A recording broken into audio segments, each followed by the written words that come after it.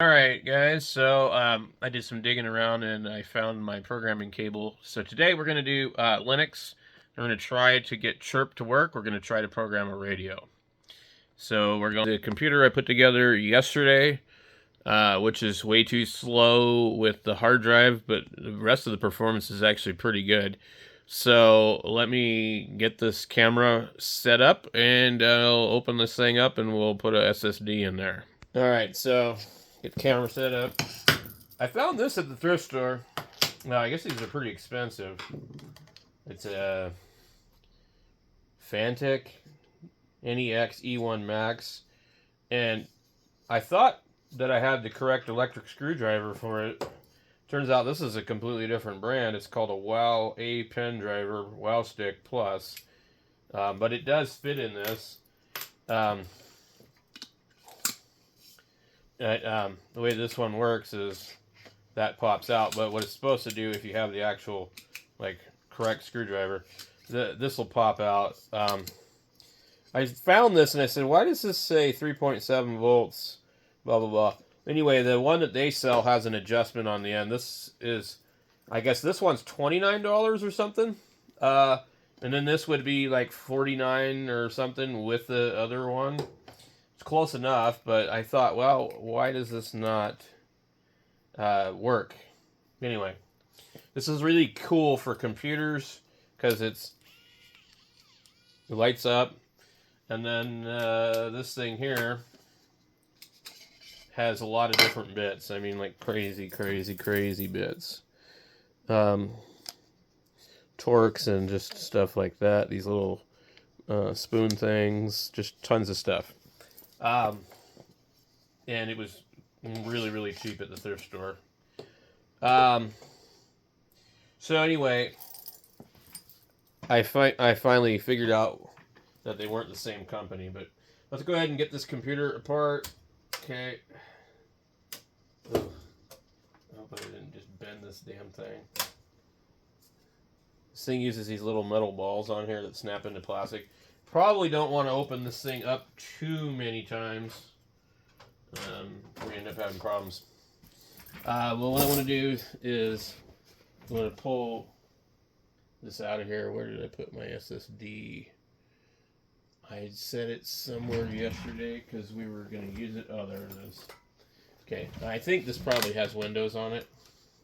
The issue with it is that our screws are too long for the drive mount, but what I found was some spacers, so we're going to use those.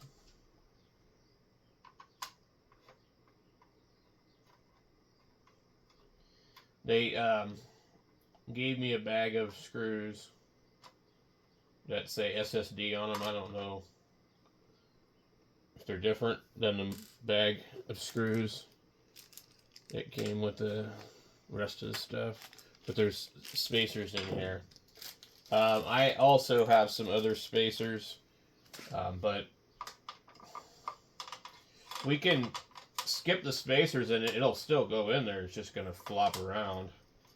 It's kind of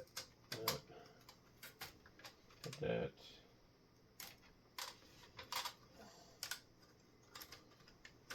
Okay, we got that out of there. So we're gonna put it in like that.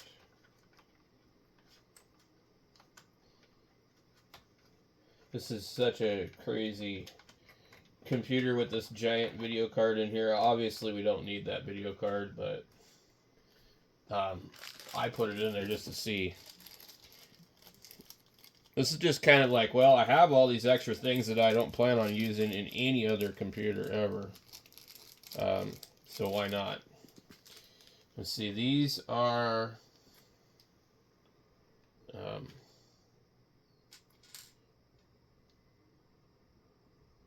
I don't know why they're like a fiber washer, which is kind of cool. They give you that. So yeah, okay, so those are definitely a different thread. which I expected. I've run into some computer cases that used a fine thread, unfortunately, on the motherboard. And so the traditional screws that we're used to using, you know, I've got a case over there right now that uses the wrong kind. I guess it's not the wrong kind, it's just not the normal kind. And so basically, the standoffs are adapters. And I don't know why they did that. I think we probably need 2 of these fiber washers per screw. We're just going to put 2 in there. I'm not going to use the electric screwdriver because these are actually pretty large and full size. And I'm just going to try and hold this to where I don't knock the damn thing loose. Okay. I mean, for all intents and purposes, you could just put like 1 in there. It's not going in.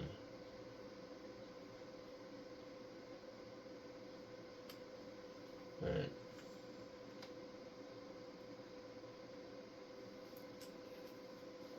I mean, it just needs to be in there to where it's not going to flop around. I have plenty of computers where they're not even attached, you know. But one thing with this one is it's so compact. I don't want anything floating around, really.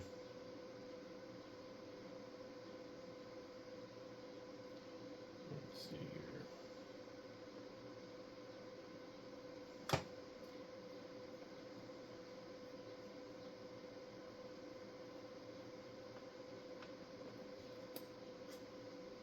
Looks a little cattywampus.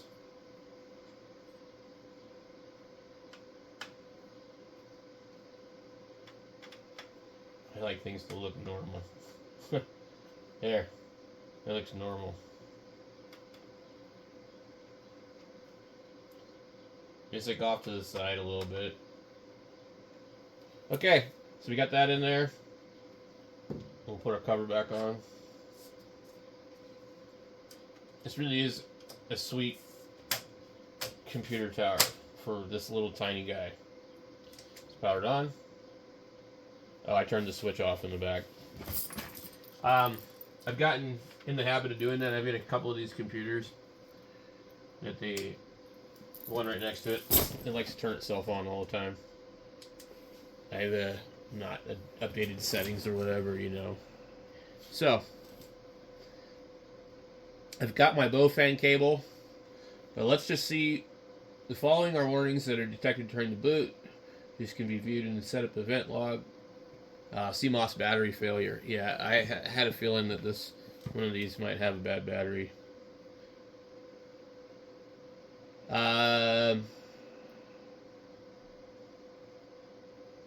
So I'm going to have to get some batteries. I think I might have one somewhere. I think my neighbor down the road gave me a couple. I think I have one left. It's hard to get good batteries for a reasonable price. Okay, it's got windows on it. We can see that because it's doing its thing. Those Dollar Tree batteries don't last real long. I used to buy them all the time for my guitar tuners, and they just don't last. But what's funny is I've seen old ham radios with 2032s that are like from the late 80s, 90s, and they're still good. But what I'm seeing now is all the computers, the batteries are no good in them no more. These batteries that were manufactured in the 2000s are no good. One thing I would tell you guys, if you have a lot of computers like I do, don't name them all the same damn thing, because then you end up with all kinds of weird problems. So what I do now, I name the computer whatever the computer motherboard is. Just because, and then if I'm like trying to find them on the network, well, I know which one it is. But I ran into some issues because of the same names. I don't want to be backed up. Jesus Christ. So,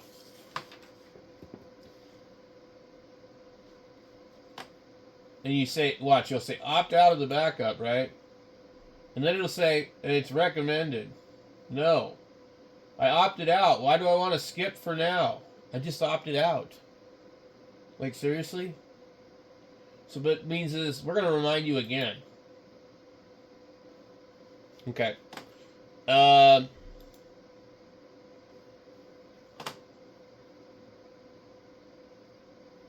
It'd be interesting to benchmark this thing, but what we're here to do today is not run Windows on this.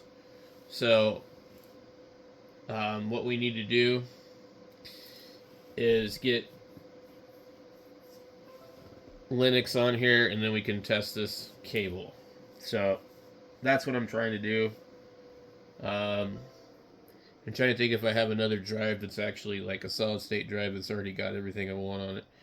I probably could run the live disk and try to do it that way. But I think I might have to make a separate video here because we already kind of went down a rabbit hole with this Windows thing right now. So let me do something different here. Hold on. Alright, so I'm just going to go and do run Cinebench. It doesn't even show what my processor is, I don't think. Oh, actually, yes it does. It's an i5 3305. It has 4 cores at 2.7 gigahertz. It's running Windows 10 64-bit Professional. I mean, it'll probably be extremely slow. Especially because we just popped in a hard drive that was set up for some other computer, so none of the drivers are there. We'll just see how it does. We've already went down the rabbit hole. Alright, it finally got done. It scored a 1309, which is probably one of the lowest scores I've seen out of any computer. But that's okay. So we pulled the cover off of it, and what we're going to do... Well, I don't want to write over this drive. I just, I'm going to go ahead and try to do this with a live disk. And then if that doesn't work, then I'll put the other drive in there. So, let's see. We're 12 minutes in. That's not too bad. Okay. So we kind of can see how it performed with no updates and just an SSD. So pretty poor. Anyway, let me get this other stuff set up and we'll be back. Okay, and while we have it open, let's go ahead. We have one USB on this entire computer, which can also be kind of a problem, but let's go ahead and plug in our cable here and see what we get. We're going to need to come in here and download Chirp. But this is supposed to be, which is funny, it's a cable I ordered from O'Brien. It's supposed to have the PL2303 chip, but it actually has the CH whatever chip. Let's go Chirp. Enter. Okay. There's also, when you look up Chirp, you end up with some other crap that has nothing to do with Chirp. Go, back pain. Okay. This is an ad, by the way, which I hate how they do this.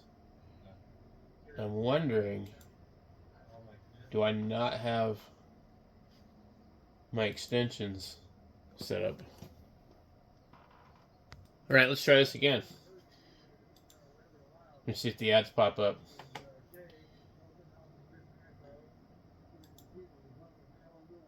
Nope. Okay. Chirp download. They call it Chirp Next. Download the latest Chirp Next build here. You can still get the legacy ones. See, look. They want me to disable my ad blocker. Fuck you. Their ads are almost like spam, spyware. And that's why you gotta be really careful.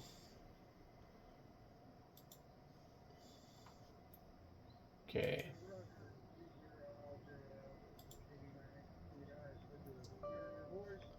Now, you can have a lot of problems running Chirp just on Windows sometimes.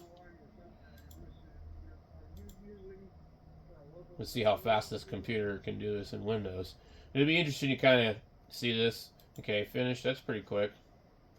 So, although this computer scored pretty badly, it seems to be not too bad. Okay, so download from radio. We're going to see what port. I would say it's only showing me that one. And this computer only has one. I want the rate oddity, and I'll show you why in a second. We're going to go with the UV5RX3, which is a tri-banded radio. And this works on the newer UV5Rs. And you don't need to buy a tri-band radio, you just can buy the UV5R. And it'll unlock it. It'll give you 220. Frequency mode. All of these radios are probably really the same. None of them are optimized to run 220. They didn't change anything on the board. And it's still kind of probably got a bandpass filter issue. Can we see the radio in the picture here? I don't know, can we? Yeah, okay, we can. Alright. So, I probably should bring the camera in. We don't need to look at the computer anymore.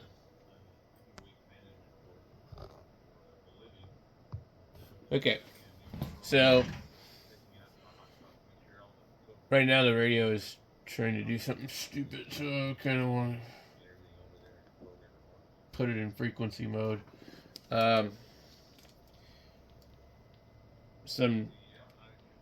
Somebody is on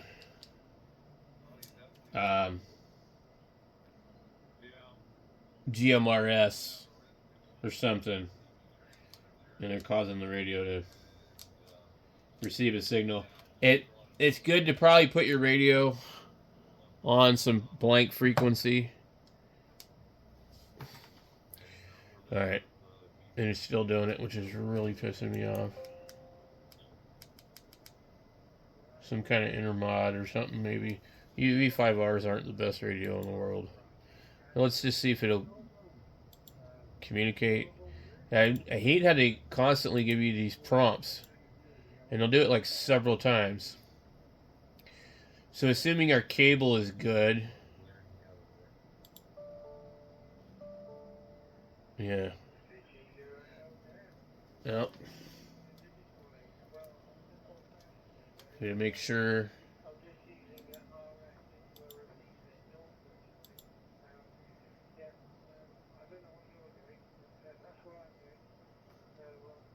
I'm pretty sure I'm using the correct cable.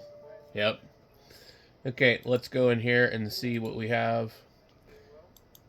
I'm sure you guys have seen this a million times. Device manager.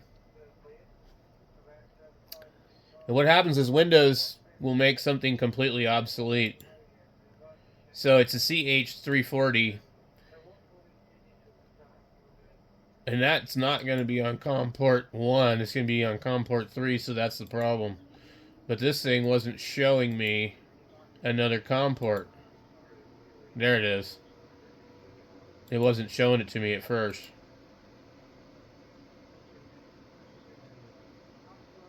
Cloning from radio, so now we're good to go. Okay.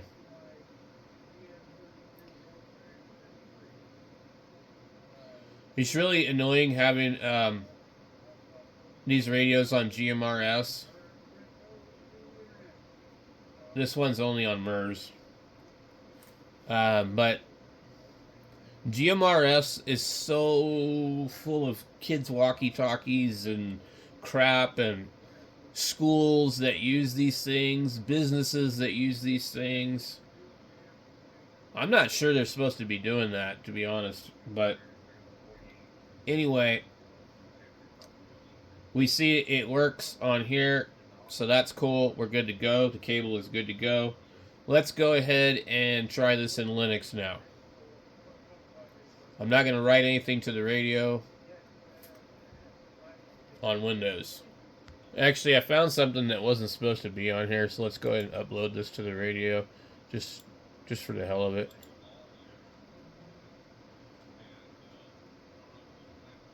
Okay. It's writing to the radio.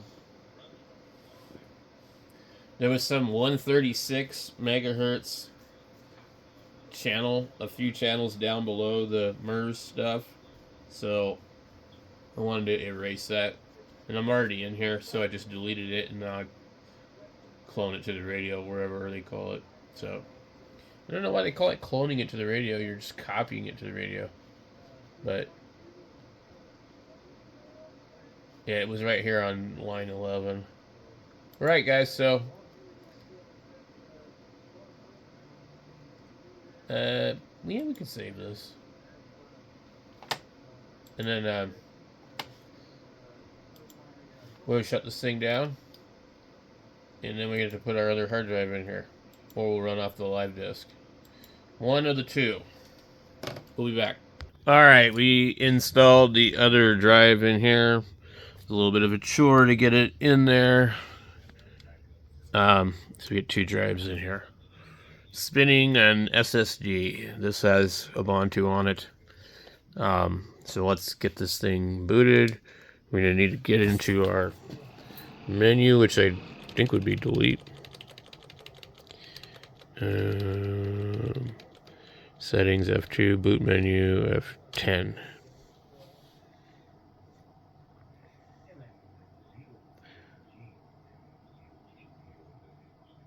Nope. Okay, we gotta shut it down again. F10.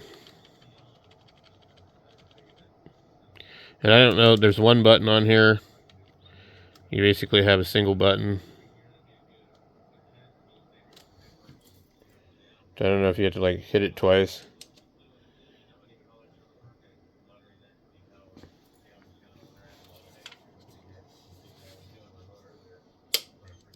I'm going to shut it off and then turn it on. Okay. F10. Okay. I believe this is going to be using a really, really old. Move the selection up and down. Hold on. Alright, so it started right away, which is cool. Now, I don't know if this is going to boot very quickly, so we'll be back. That was one of the most ridiculous boot times, and that's why I just didn't want to use this thing. But let's go see if we can. I think rather than looking for Chirp in their synaptic bullshit, it's going to be easier for me to open the browser and then open the terminal. If that ever happens. Good Lord.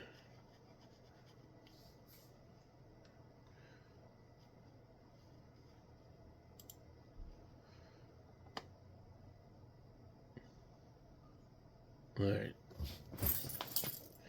This computer definitely struggles on this connection back here because we're on Wi-Fi. So we got Chirp.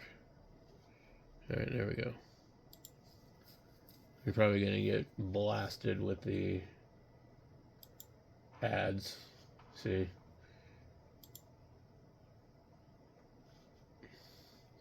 Okay, Chirp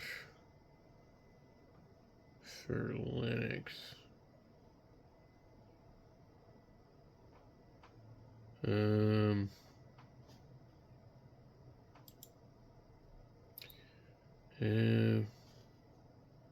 These ads are killing me here. I'm going to go ahead and block them. Ad block.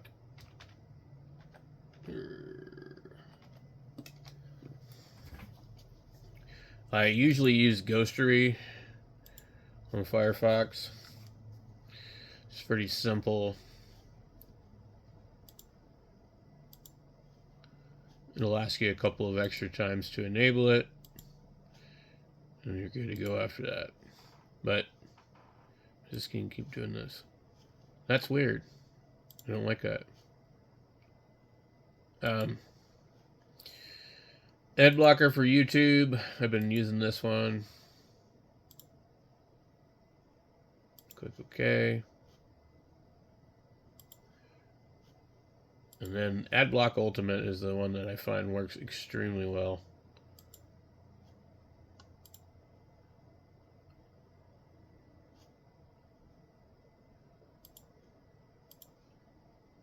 I thought this computer already had it on the Linux side of things.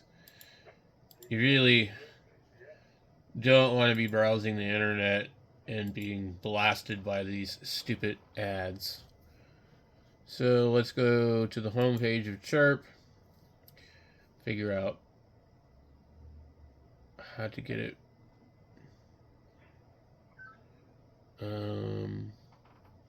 It shows Linux, it shows Apple. I don't know.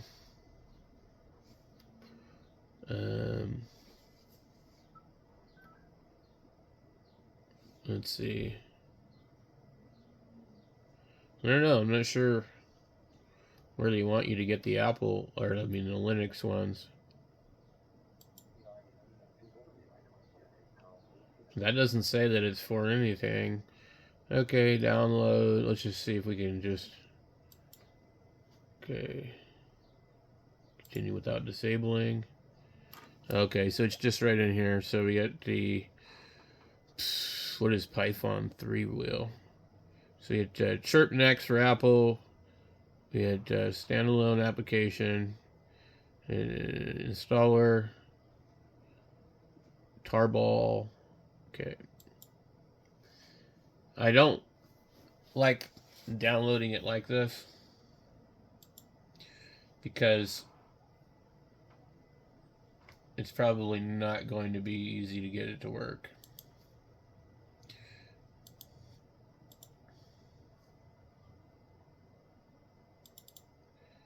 Alright. I don't know what to do with it now.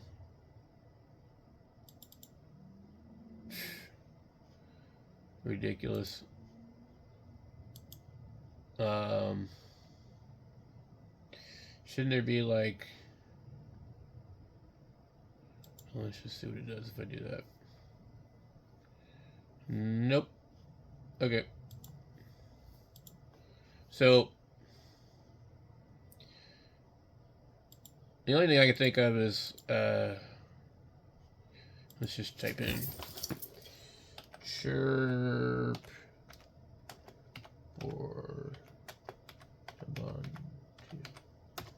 Let's just see if somebody's like offering a script for it. Why do I have like this dark screen? I hate that.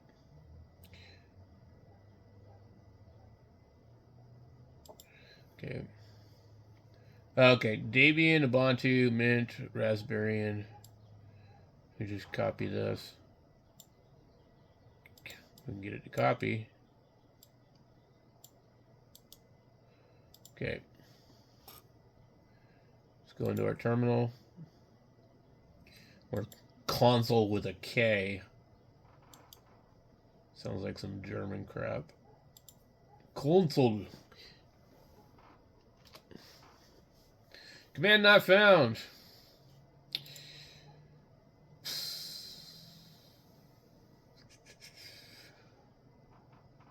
Huh.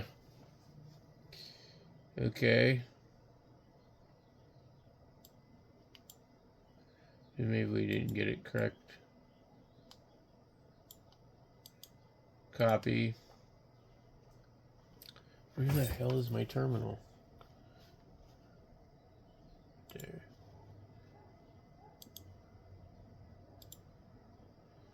Oh, it looks like it's all there. Command not found. Good Lord. Why do we always have to do everything the hard way? Nothing ever works. Like, seriously? Why doesn't it work? Let's just try the Fedora one just for laughs and giggles. See, because we're using KDE, maybe that's a problem. Command not found.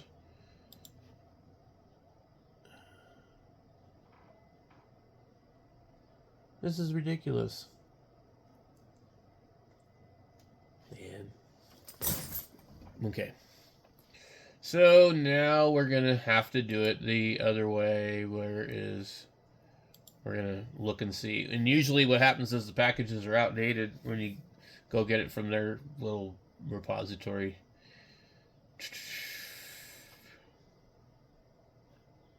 All right.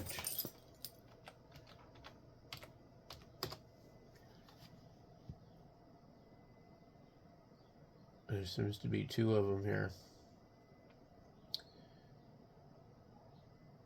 Still looking. Chirp, program amateur radios. Chirp, free open source tool for programming amateur radios. Alright.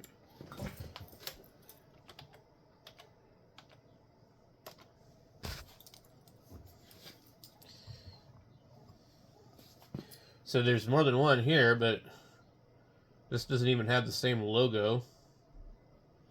And the other one says it's a snap package. So we'll let this one finish first. I'm telling you guys, though, this is why people weren't switching to Linux. I mean, I'm a very lightweight Linux user, and I'm a very light Windows user. I like to build things. I don't like to fiddle with software. And I want stuff to work. I don't want to have to play around with it. And most people are probably that way. Let's see here. I don't know where it would be underneath.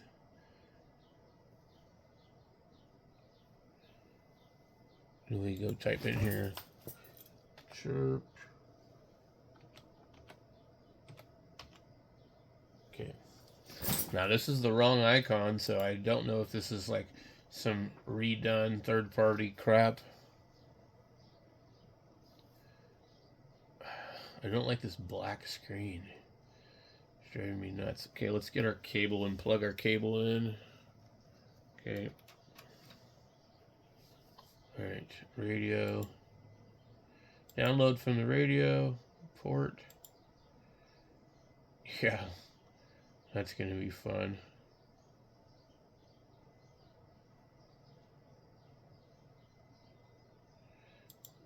Okay, vendor. We'll do RTTY. Or Ray.ity. I don't know why I said RTTY. Ray.ity. We'll pick the UV5RX3. We'll get the stupid prompt message. We'll click OK again. We get another stupid prompt message. And it's thinking. And if this works, I will be absolutely shocked. I would imagine it would take at least a bare minimum a reboot. I don't know what it's actually doing. So what it looks like to me is it isn't actually responding.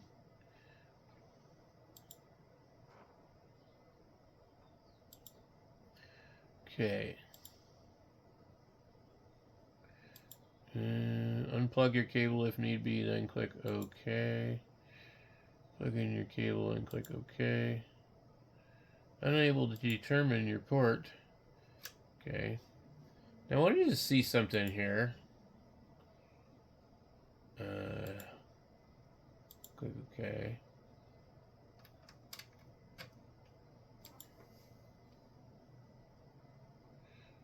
Your cable appears to be on port USB, serial port, TTY, USB 0.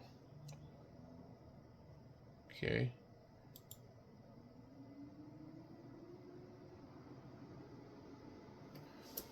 Now we just wait.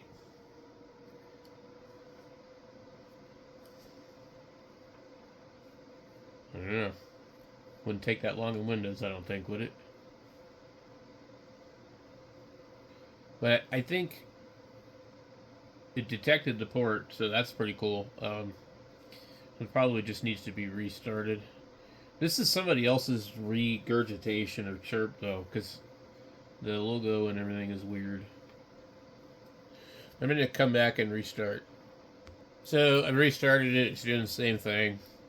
And we saw this work with Windows, no problem.